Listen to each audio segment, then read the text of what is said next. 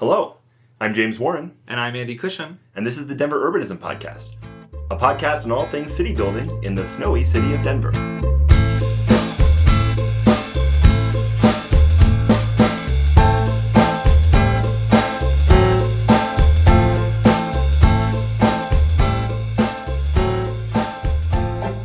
Well, we're here today interested in kind of thinking about something we haven't talked as much about in 2024. We had a great first year of doing podcasts about Denver in 2024, but I found we kind of talked, not too much, but a lot more than I normally spend my time thinking about transportation. We talked about transit projects like the W line, we talked about Vision Zero, we talked about really small bore like Santa Fe Drive and how does Santa Fe Drive look going forward into the future.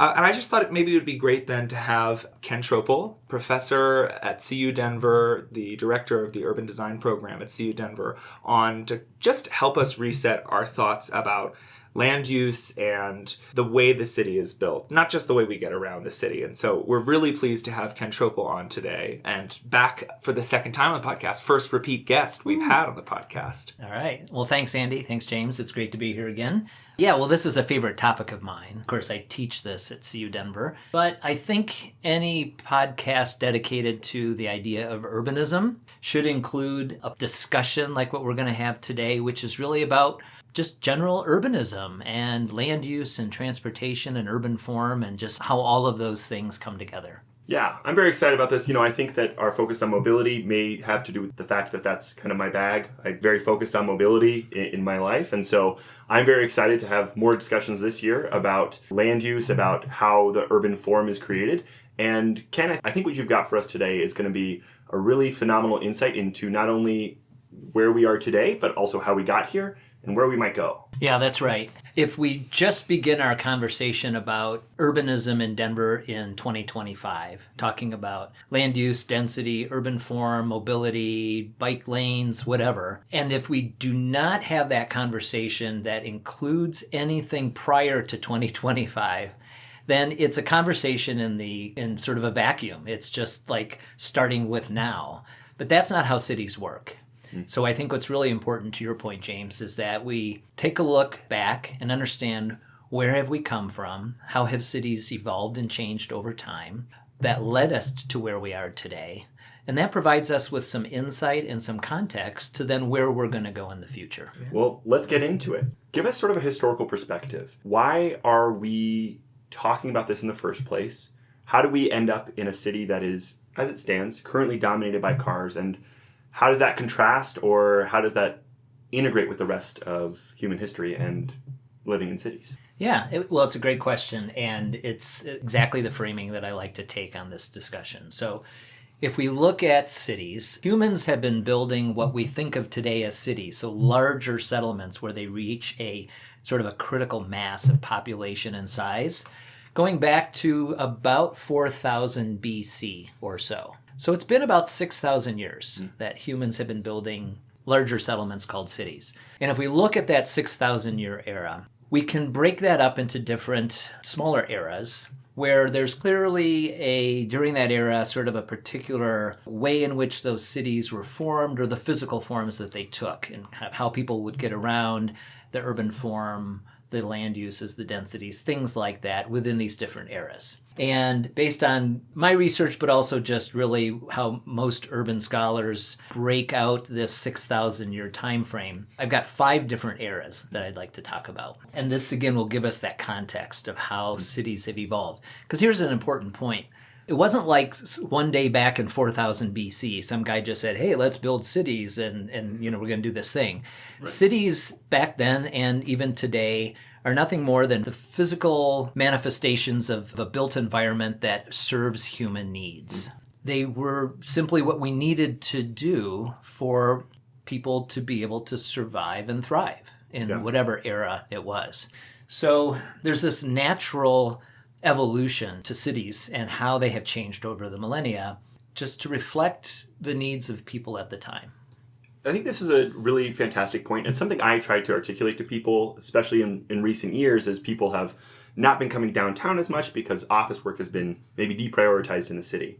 And people are like, I don't know how cities are going to survive this. And I say, well, cities have existed for thousands of years. And thousands of years before the office building was ever even a concept in someone's mind. Cities are going to be okay. It's just going to be an adjustment period. And so I love your articulation here that we're here in a city to do something. Doesn't need to be office work, but we've been doing this for a long time and for good reason, and we're going to continue to do it. Yeah, why don't you start by placing us in history? Start by telling us how this all started. Yeah. So the very first era, let's call it the pedestrian city. This goes back to that 4000 BC or so, and up through about 1870. Now, keep in mind that Denver was founded in 1858, which means that Denver's first decade or two was at the very tail end of this pedestrian city era, which we'll get to in a minute when we talk about the Denver specific kind of connection to that. But let's just talk about the pedestrian city in general. So going back to 4000 BC or so, up through all those years, cities universally, didn't matter what continent or country you're in, had essentially the same forms. Number one, it was a pedestrian-oriented public realm. And this makes sense because 99.9% of humans on the planet got around their entire lives through one mode of transportation, and that was called walking.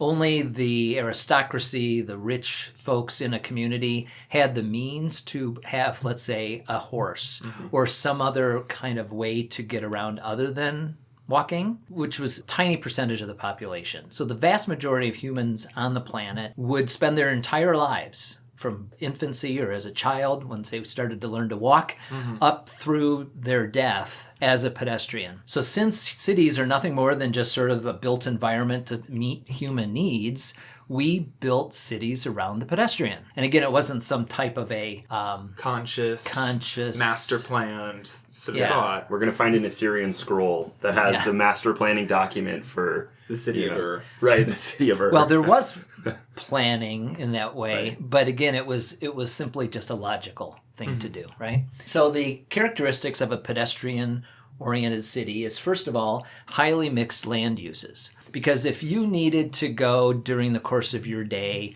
from your home to the market, to the temple, to the well to get some water, to the shop to get some supplies or whatever it might be, and you're going to do all of this by walking, it sure would be nice if you didn't have to walk long distances between these different things.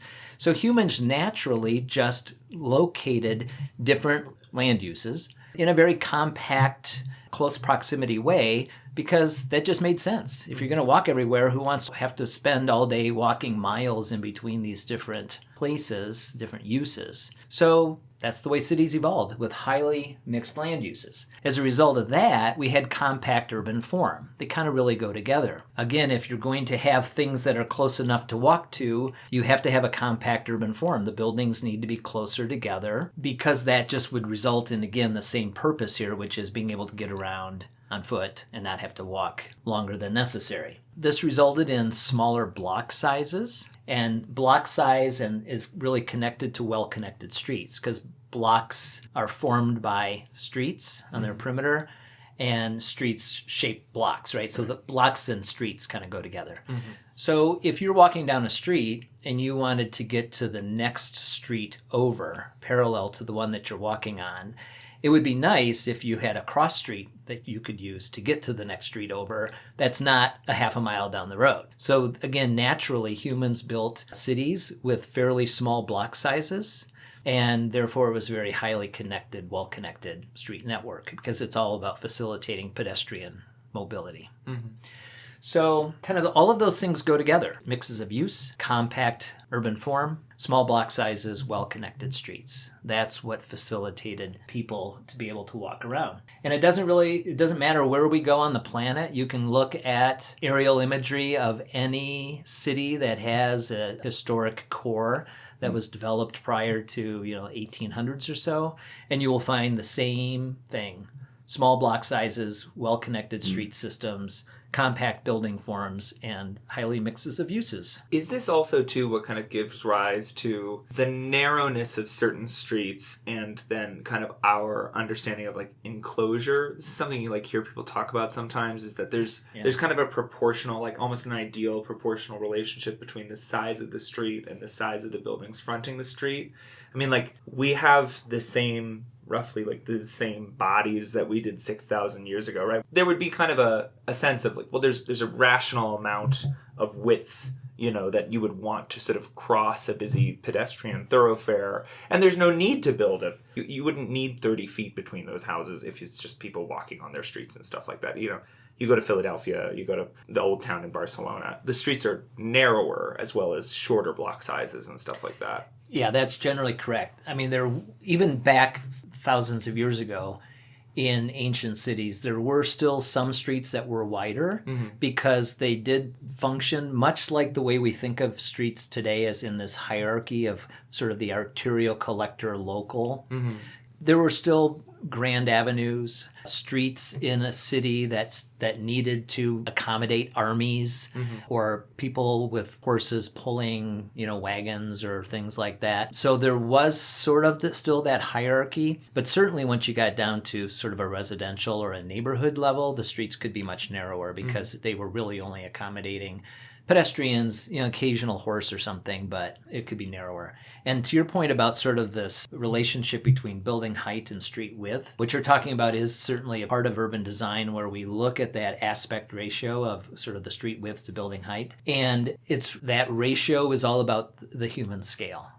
It's about a sense of enclosure that feels good to humans. So now I've been in some very narrow alley-like streets in old cities in Europe and other parts of the world where, frankly, it felt too narrow. It was a little claustrophobic. And certainly we've all been on streets that are so wide that you feel very vulnerable and exposed. But there is sort of that sweet spot. Roughly a 1:1 to 1:2 ratio is sort of a nice sense of enclosure for humans to feel like you're in an outdoor room. Yeah, and I think a good example of that ratio of street width to building height is Larimer Square.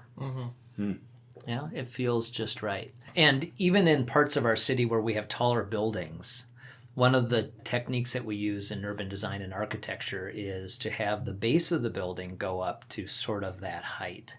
And then if it's going to be a taller building, like a skyscraper or something, then the rest of the floors above that kind of base height are set back, so that the bulk of the height is less visible to the pedestrian, as opposed to having 40-story building come straight from the sidewalk straight up 40 stories. It's better feeling for the pedestrian if that building goes up maybe 3-4 stories and then there's a setback where then the rest of the tower goes up. It creates that sense of enclosure at the street sidewalk level while still accommodating a skyscraper in terms of the rest of the building going up. Fascinating. Yeah. All right, well, let's continue. But what comes after feet? I want to know what comes after feet. Well, and one of the things that I wanted to mention about this pedestrian city era, and this will be really important when we get to later eras, is that there were 3 kind of traditional roles of the street, back in this pedestrian city era. Number 1 was circulation route, as in it was a place for people to get around. And that makes sense. That's a core function of a street, is to provide mobility and all that. But here's the other thing, and that this is something I love talking about today because it's so relevant to the debates that we're having in Denver today, which is that the second role of the street during the pedestrian city era was that of public space. There were occasionally plazas and places off street that were designated as public spaces in ancient cities, but for the most part, the street was your public space. Everybody had a public space in front of their house. Right. Because if the streets are occupied mostly by just people walking around, then you could stand in the middle of the street and have a conversation. You could wheel your cart and sell apples or whatever, standing in the middle of the street.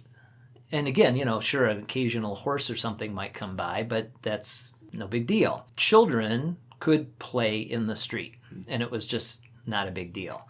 So the street was the public space. In fact, since typically streets occupy 30% or so of the land area of a city, that's automatically saying that 30% of your city is public space, which is amazing. Yeah. And one of the things that we're having lots of conversations about today in Denver is reclaiming streets as public spaces. And Larimer Square is a good example where we've shut that down to cars and now it's a public space.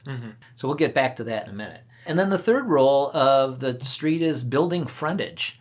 There was, during this whole 4,000 plus era of the pedestrian city, this inextricable relationship between the street and building frontage, meaning that it was the fronts of buildings that created the walls to the street, and the street provided the way to access the front of the building. It wasn't until much later into the 20th century where we got this idea that we could separate a building from a street.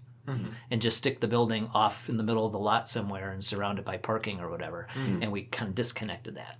So anyway, we'll come back to that in a little bit. But I just want to keep that in mind, is that there's this traditional role of the street, providing mobility as the main public spaces for the citizens of a city. And then this relationship with buildings. So anyway, so that was the pedestrian city era. And that kind of runs up through about 1870s or so.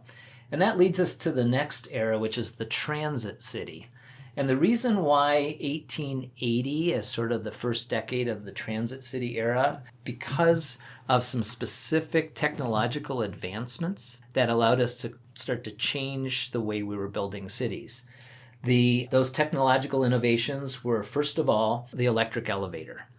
So there were elevators of various kinds in terms of the mechanics of how it worked, going back centuries. But none of them were efficient or cheap or safe or could go very high. There were all of these variations of elevators prior to about 1880 had some major shortcomings. But with the invention of the electric elevator, that also kind of just was designed with various mechanisms to be also safe so that you didn't plummet to your death. Good thing. Yeah.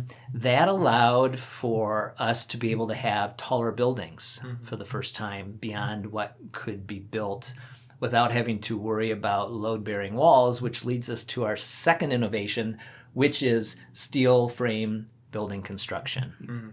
Because of the Bessemer process and our ability to create steel beams that could bear the weight of buildings, that, along with the elevator, allowed us for the first time to build what we think of today as skyscrapers, or at least high-rises. Prior to that, we were limited based on masonry walls and how thick they had to be able to support the weight of the building above it.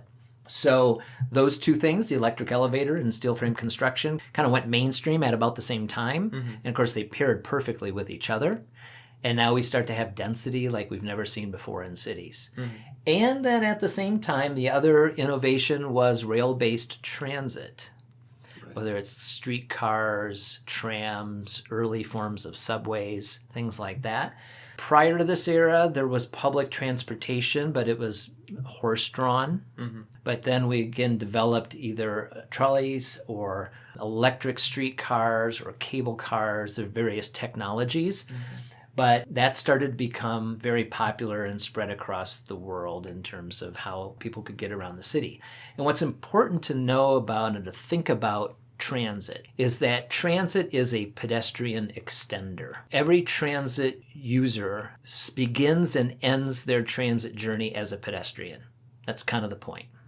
And if you are only willing to, let's say, walk 2 miles to go somewhere as a pedestrian, and you're like, you know what, that place I want to go to, it's 3 miles away, that's just a little too farther than I really want to walk today for whatever reason. Maybe you're carrying some stuff, or it's bad weather, or you're not physically fit enough to walk 3 miles, whatever the case might be, it's just a little too far. A transit system allows you to extend your geographic reach as a pedestrian, because you can walk to your local trolley stop. The trolley will take you 3-4 miles away, and then you get off and you have a short walk to wherever you're going to go.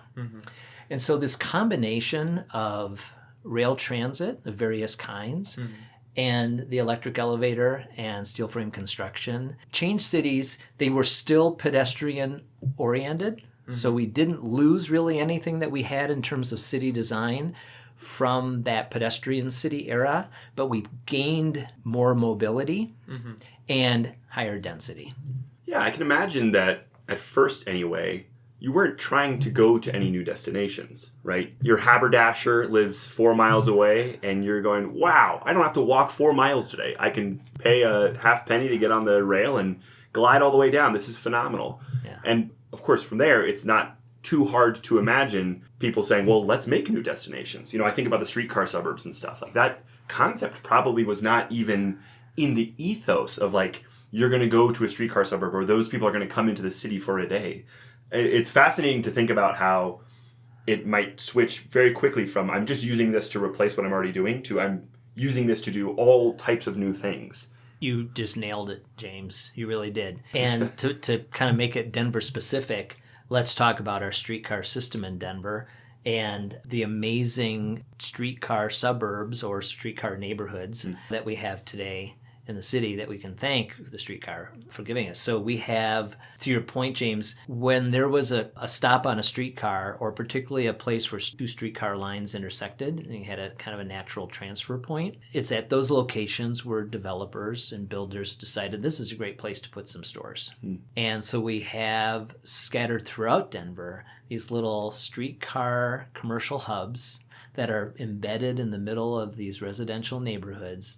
And these are some of the places that Denverites value the most. 32nd and Lowell, 40th Tennyson, 12th and Elizabeth, Old South Gaylord, Old South Pearl. There's dozens of them around the city, these great little walkable commercial nodes in the middle of a neighborhood. Those were all former streetcar stops or along streetcar lines. So you're right. It not only did this allow you to simply extend your journey, but it gave you now new destinations. And developers who were planning out new subdivisions in Denver paid to have the streetcar line extended to their neighborhood as a selling point for why somebody would want to purchase a house in this new neighborhood because it is accessible by streetcar. And we still use the term, but suburbs, like this would be the first time that you do have a place that is outside of the urban core where you could, in the course of your regular day as a regular person, go to the urban core, which is still downtown Denver in the 1880s and 1890s. Yeah. And then leave the downtown core. And so people, that like this was a new concept of, well, we're not just all in this kind of urban space, but there's actually this sort of separate space that we will enter and exit through the use of this new technology. I think that's really interesting. That was something I think I struggled with for a long time, was we're used to RTD now, and RTD is like a tax district, and it's sort of run at a high level. But like these were profit-making ventures and investments, and there were competitors, and we had different types of technologies operating our urban rail for a while in Denver, and and then you get sort of people like William Gray Evans, who becomes Little Napoleon in Denver, like for his sort of management of the streetcar system. So all of these things kind of create the city that we now think of as central Denver. You think of Cap Hill, you think of Whittier, you think of, the Highlands, you think of, West Colfax or the area around Sloan's Lake, you think of South Denver by DU, or maybe not as far as DU, but you would think of a lot of parts of Denver, like close to Washington Park. You think, oh, that's all kind of central Denver. Yeah. But that really genuinely was suburban living at that time. Correct. Yeah. I mean, the streetcar suburbs is a common phrase, and today we would use a suburb to mean like Highlands Ranch or something. Right. But back then, the idea was really the same, because Washington Park felt a long way away from 16th and Larimer at that time. Now today, Wash Park we would consider that an urban core neighborhood, or at least a very much in the city neighborhood. So this Transit City era, again, started in about 1880s or so, taking us through about the 1930s. Now, the automobile was invented back in the late 1800s and took a while to take off, but it started to get very popular in the 20s and on, of course. However, the reason why I would say that the automobile city, which is the next of our eras, I usually start that at about the 1940s. And it's because of course, we had the stock market crash and then the Great Depression. which dominated the 1930s. And so city building during the 1930s, just because of the economic hardship, lack of financial resources and things like that, tended to kind of be a fairly quiet decade in terms of city building, not a lot of growth and expansion, and not a lot of people buying more cars. Again, cars were starting to become pretty popular in the late 20s, but just because of the impacts of the Depression, things kind of like paused a little bit. And then we had World War II. There's literally rationing of gasoline at that time. You know, your car is way less useful to you in 1942, than 1932. Yeah, so we had kind of this 15-year period from about 1930 to about 45, where things kind of just stayed sort of static a little bit in terms of city design. But then once the war ended, oh boy, then things really started to take off in terms of this next era called the automobile city. So what are the characteristics of the automobile city? Well, basically take all of the characteristics that I described earlier for the pedestrian city and just do the complete opposite. Okay, really, it's about that simple. So instead of having a pedestrian-oriented public realm, we have an automobile-oriented public realm. Streets, sidewalks, just the feel, the design of our streets, it was all about the car, right? We had the demise of rail-based transit. So this was during this automobile city era, which I call from 1940 to about 1980. That's when we lost our streetcars, with the exception of a few cities in the country. Places like Denver that did have a rail transit system, those were largely converted to buses during this time. Segregated land uses. So this is really a key point here. So unlike during the pedestrian and transit city eras where things were highly integrated from a land use perspective, now we're saying, you know what? Let's put all the residential over here, and we're going to put all the commercial, all the retail over there in a shopping mall, and we're going to take all of the office and put it over there in a office park, and we're going to take all of the industrial and put it way over there in an industrial park. And now you've got all of these single uses occupying large areas of land, so that if for some reason during the course of your day you needed to go from your home to an office, to a store, to a shop, to a school, to a whatever, the only practical way that you could do that because of the distances between these large blocks of single land uses is by using a car. It wasn't just cars were around and popular and convenient machines to use.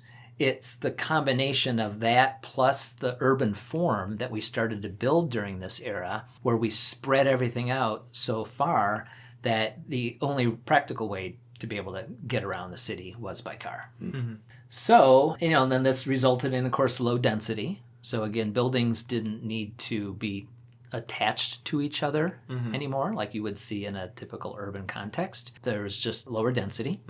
And this resulted also in poorly connected streets. So as you know, in a typical urban environment developed during the pedestrian city and the transit city era, either some type of a grid or a modified grid, but still these small blocks and well-connected streets.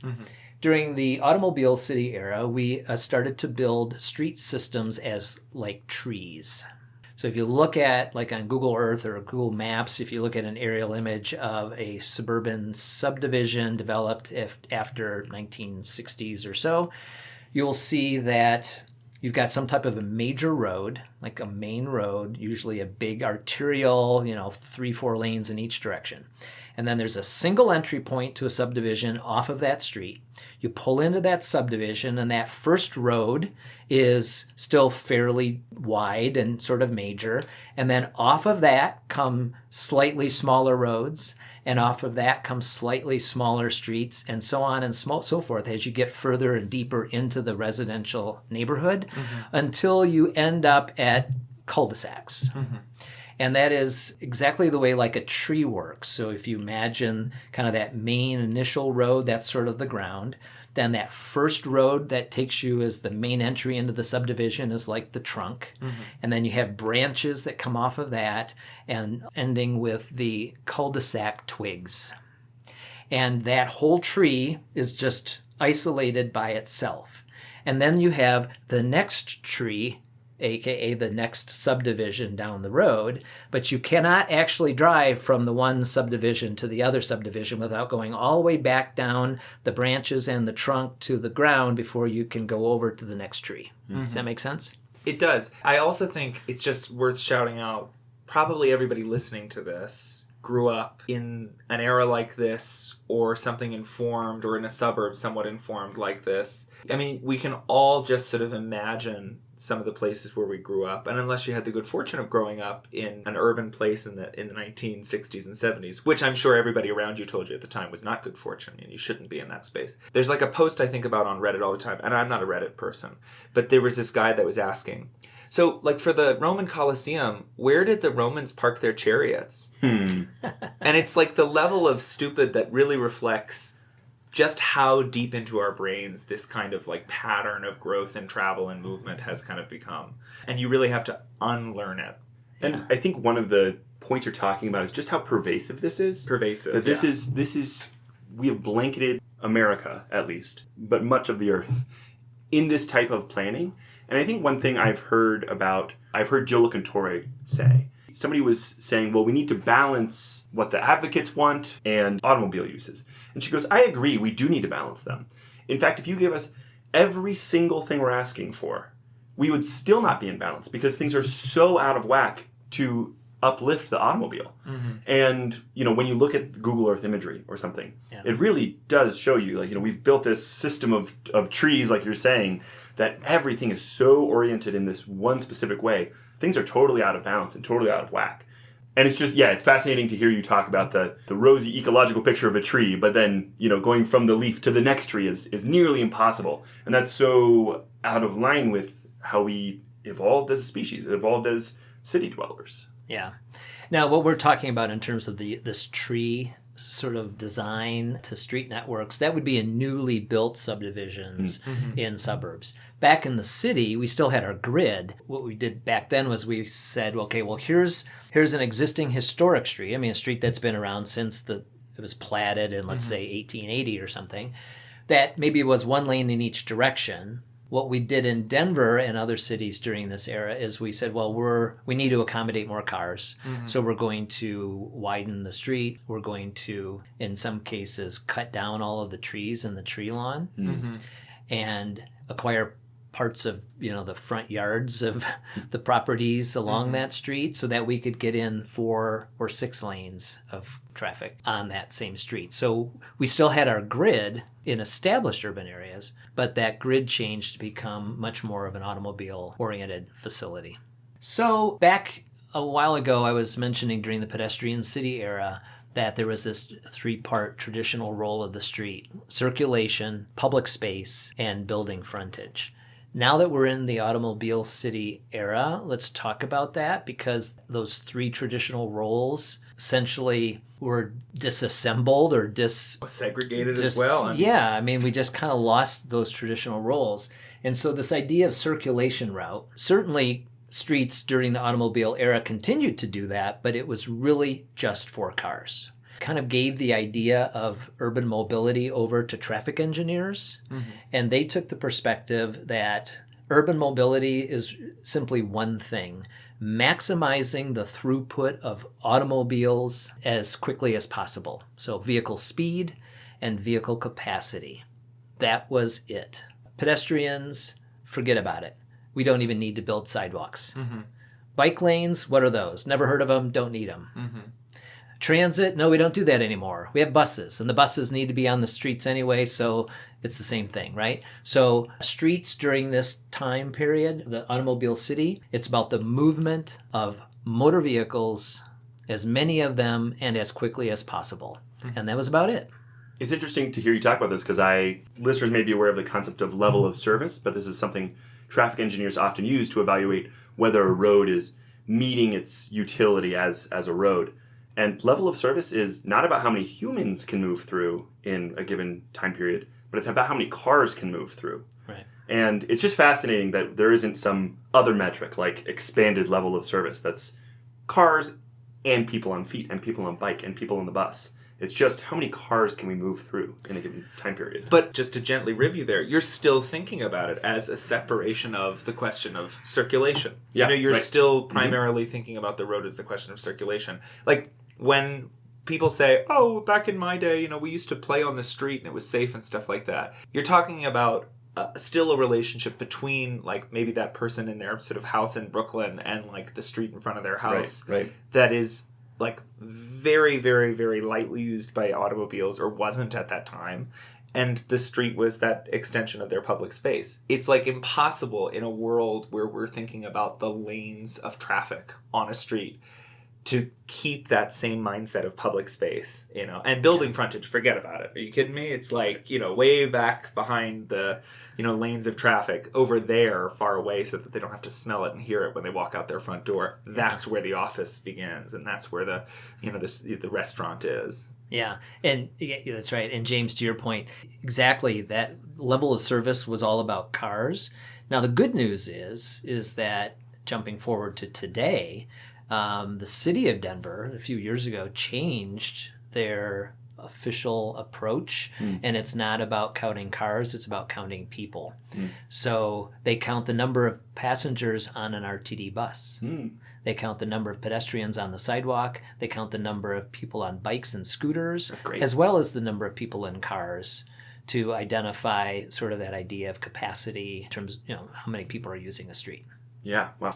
So, but back then, though, during the automobile city, it was all about just cars. And then in terms of the street as a public space, Andy, to your point, we kind of said, well, clearly a street is no longer a public space. You can't stand in the middle of the street because it's got all these cars in it. So kind of landscape architecture as a discipline said, well, we've got parks and we've got places that are off street that we will designate as our public spaces in our city. Now, I love parks, and the invention of urban parks is a wonderful thing, but it meant, though, that during this era, the only way we thought about public spaces was off street, right? So it's kind of, we've disconnected ourselves from the street as a public space. And then finally, this idea of building frontage, the relationship between a building and a street, completely lost during this era. Architects were freed from having to even incorporate a street into how they would think about the design of a building, because it was really about car access and parking. And in some cases, the best way to facilitate car parking was to put the building not next to the street, but in the middle of the lot or set back from the street so that you could put parking in front of or around the sides or on the back or all four sides of the building. And so now buildings were freed from having any relationship to the street, and they could just be floating out there somewhere in the middle of the parcel, oriented to whatever direction based on something other than just the street. Yeah. So that was the automobile city era. But after a few decades of that, by the time we got into certainly by the 1990s, there was a very clear return to the city movement. There was a desire by a lot of people in the country to say, this automobile city kind of approach to city building is not what we want. Let's get back to building cities the way we used to build them. So I like to call this the revitalized city era, kind of the 1990s and the 2000s. And again, these dates are all sort of approximates. It's not like suddenly on January 1st of 1990 something just changed. But we really saw that here in Denver. So in the late 80s, we had Federico Pena, our mayor, who was really advocating for lots of investments back in Denver because we had just had 2 decades of population losses for the first time in the city's history. We saw sort of disinvestment and losing the battle, you might say, against the suburbs for just investment and population and prominence. And so kind of the late 1980s, we started to invest back in downtown and some other big signature projects that really blossomed during the 1990s. So things like Denver International Airport, the return of light rail, the Colorado Convention Center, Coors Field, New Central Library, all sorts of big ticket investments in Denver. And this was going on in all cities around the country to really kind of bring back kind of that spirit of the pre-automobile city city. So we had, again, lots of civic investments. This is when the historic preservation movement really kind of went mainstream. It certainly got started earlier, but by the time we get into the 1990s, the idea of adaptive reuse, for example, was very popular and a core part of renewed investment in cities. There's an excellent podcast on historic preservation. Well, where can I listen to that? Oh, yeah. Go to the Denver Urbanism, and we've got a phenomenal guest. It's episode 2. Okay.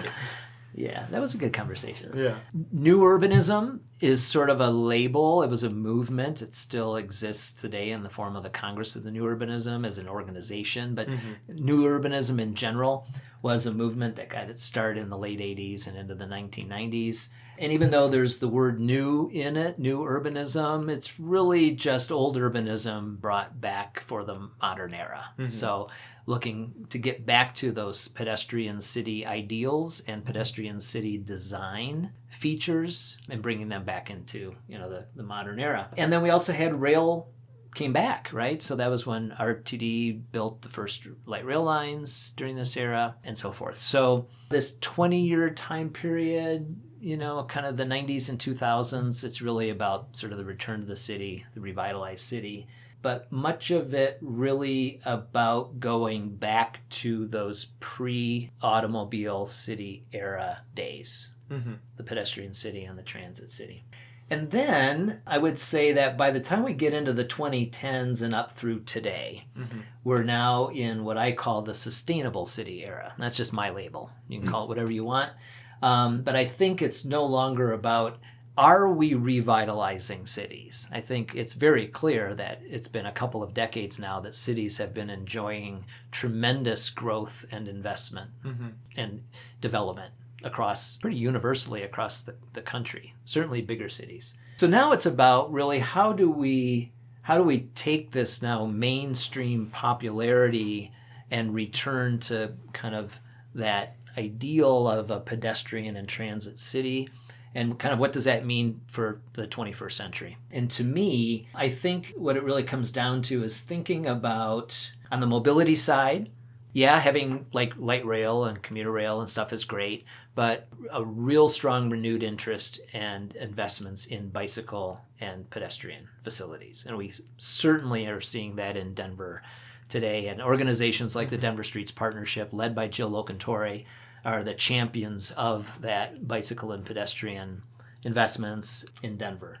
Also, of course, just continued infill development. There's this website, you may have heard of it, called Denver Infill. Wow. And, for 20 years, we've been tracking all these infill projects. Just in the 2010s alone, there was 21,000 housing units developed just in the greater downtown area through infill development. So a lot going on the infill side. And then kind of two additional issues that have really gained prominence and are really priorities during this era. One is social justice and equity issues. Cities over the millennia have been places where the rich and powerful have essentially done what they wanted and it often resulted, of course, in inequities to people of color, poor people, various others. And so today we have this renewed interest, of course, and goals of making the city accessible and fair and welcoming to everybody, and giving people opportunities in the city, regardless of their economic status, skin color, and so forth. And then the other one is climate change. We understand the impact that humans have had and are having on climate. And a big part of that is how we build cities and how we get around. So whether it's the energy efficiency of buildings or how we get around in terms of people using cars and things that may pollute the environment or have other negative impacts versus walking, biking, transit, and all that. So there's lots of ways in which city design has an impact on climate change. So climate change, social justice and equity, as well as increasing bike, ped, transit investments and infill development. Those are kind of the hallmarks of the current era that we're in today. And how long will the sustainable city last? According to my scale here, it's the 2010s through question mark. I don't know. Are we nearing the end of that era and maybe we're moving into something else, or is this going to go on for decades to come? Who knows? We will see. Obviously, there are things, national and international politics has an impact on this. Technological advancements, who knows what will happen with AI or flying cars or autonomous vehicles or, all these things that are out there as possibilities in the future. And we just don't know what that will lead to. But if we go back to looking at the 1880s, and it was, again, the technological innovation of the electric elevator and steel frame construction and rail transit, those three things that kind of caused us to change into this new era of city building.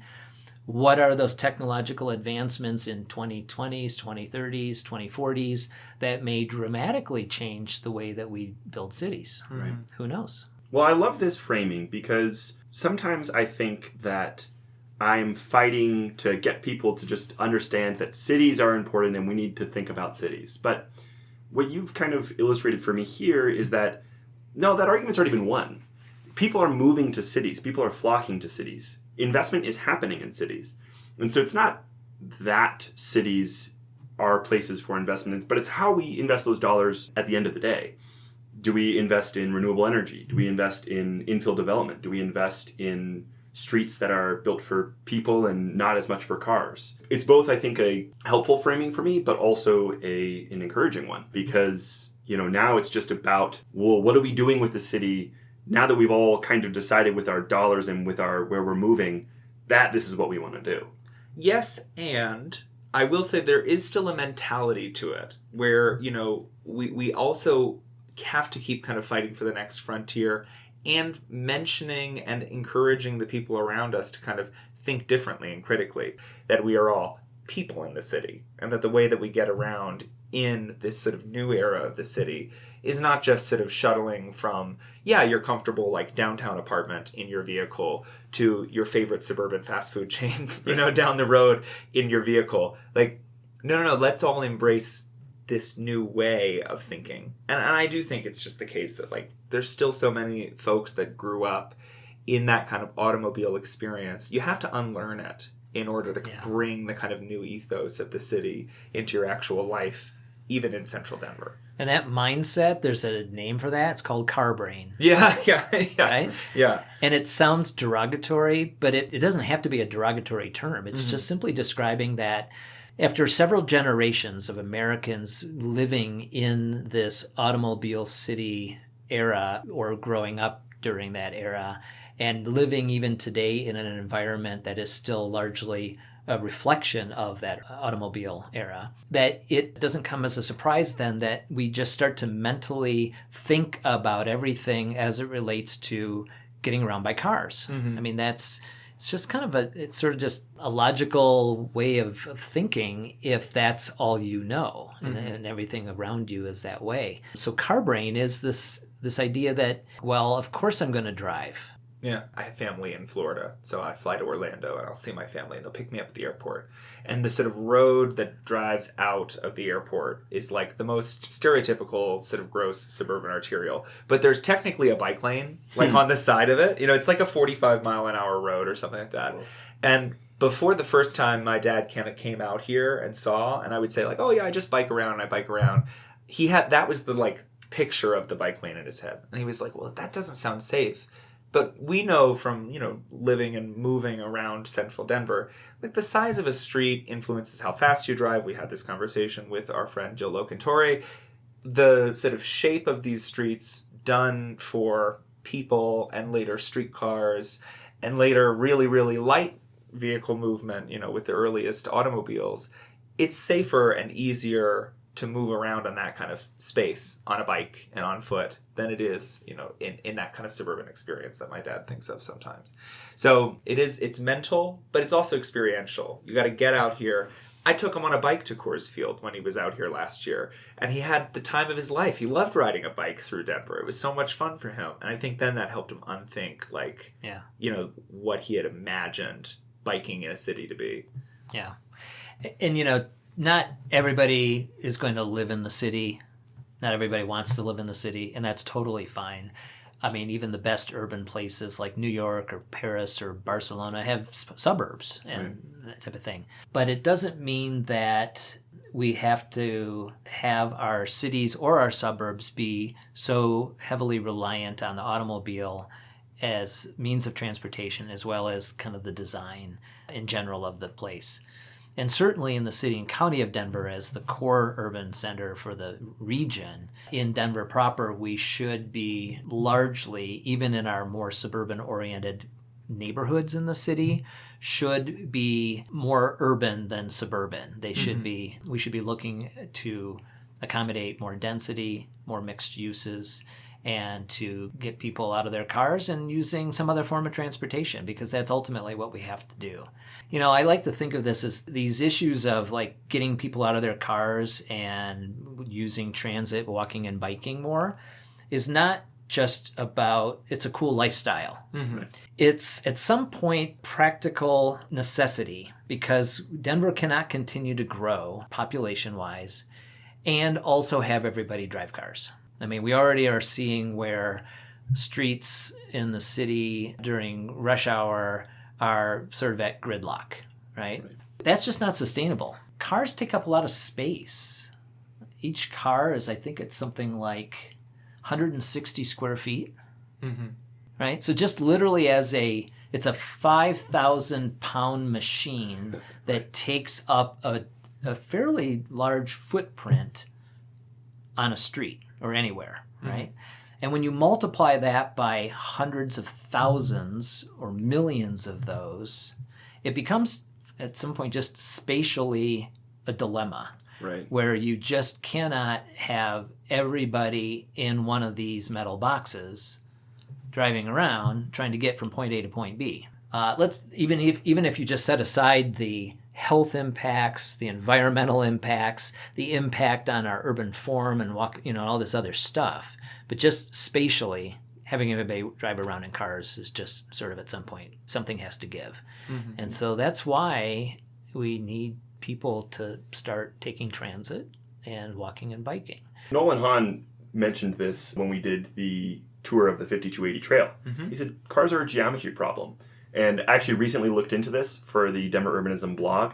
The Chevy Suburban is 47% as long as your typical RTD 40-foot bus, right? So if there's two Chevy Suburbans in traffic next to each other, they're taking up as much space as a bus does. And that bus can hold dozens and dozens of people. Yeah. And so it really is, I think when you frame it in terms of just a space problem, it's very logical to get on the bus. It's very logical to try as a city to get more people on the bus.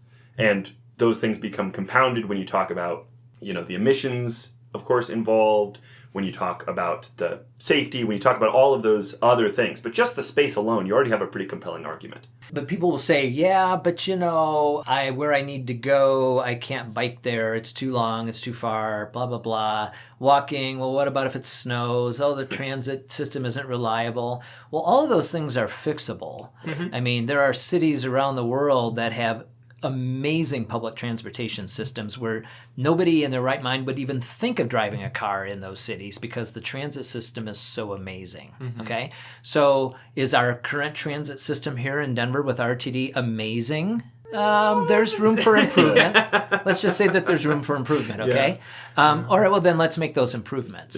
Is it perfectly safe and convenient to bike everywhere in Denver? No, we're getting there. Certainly a lot has changed for the better in the last 5 years or so, but there's still a long way to go. Sidewalks, can we make them better, wider, safer, more convenient, so forth? Absolutely, and we have a plan to do that, right? Thanks again to Denver Streets Partnership. But it's not just about the transportation infrastructure. Let's bring this back to the whole thing that we started this conversation about, which is the relationship between mobility and transportation and urban form and uses. Because if everything is still spread out, then it's going to still be a little more or a little less convenient to maybe bike and walk and maybe take transit than if things are closer. So that's where density, urban form, mixed uses. Because if you have an opportunity to live a half a mile from your job instead of 25 miles from your job, it seems to me most people would logically make the decision to live a half a mile from your job. Mm-hmm. Like, unless you just really love long commutes. Like, why would you make that choice if you could have a better option? So if you live a half a mile from your job, you could still drive. And that'll always probably be an option for the foreseeable future. But a half a mile or a mile and a half or 2 miles, that's totally walkable. That's definitely bikeable, scooterable, right? You've got some options there. If we want to then increase the opportunities for people to live closer to where they work or go to school or whatever it is that they need to get to during the day, then we get there by more density, right? Putting housing and jobs closer to each other. And I'm not proposing we eliminate all single-family neighborhoods in Denver, but over time, these neighborhoods that are single-family neighborhoods in Denver should evolve into denser neighborhoods. And again, it's an active, live kind of conversation. You're so right how you started. If we just drop into Denver, if you just moved here in the last 6 months, A, welcome. But B, it's not like the question of the day, should we allow ADUs in neighborhoods, or should we put a bike lane down a given street, or what should we do with the rail transit network that we currently have?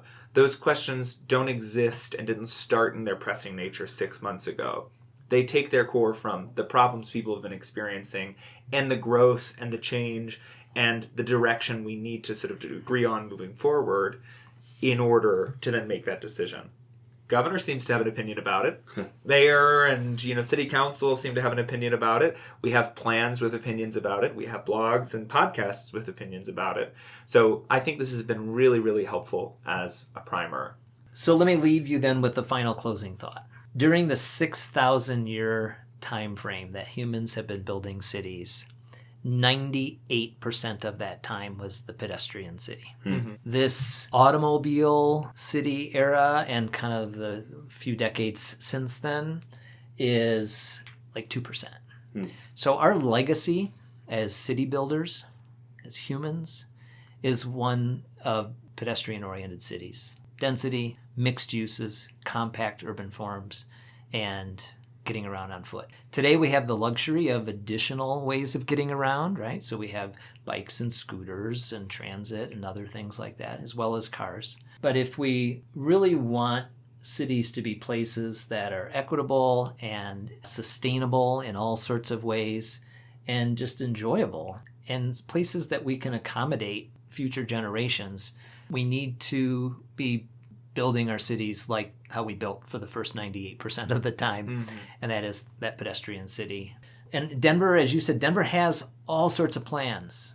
Most of Denver's plans are like really good. They're visionary. They are hitting the right values and ideals and all of this. They're very much oriented to walking and biking and density and all the things that we're talking about.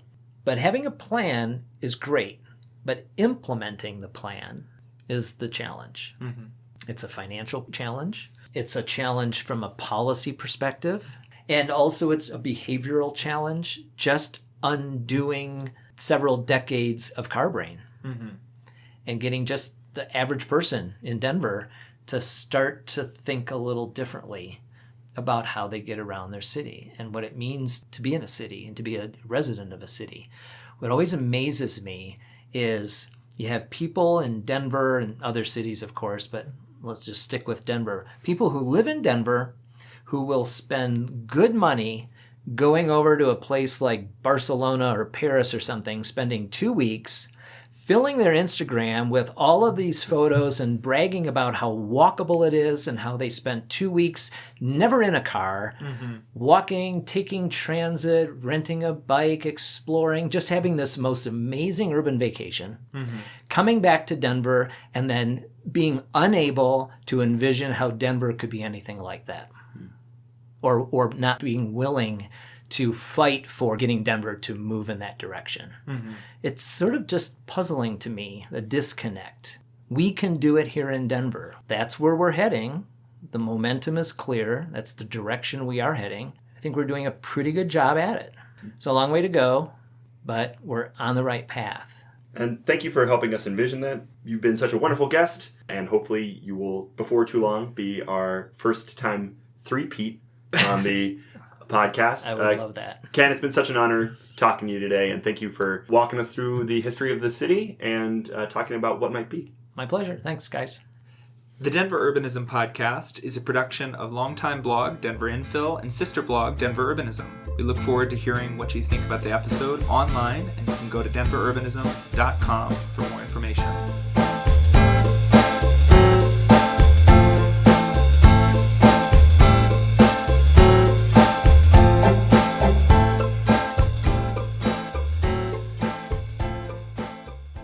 Yes, I don't actually live in the late 1800s. Yeah, with that beard and mustache, I don't know. I mean, This is an audio format, okay? Sure, okay.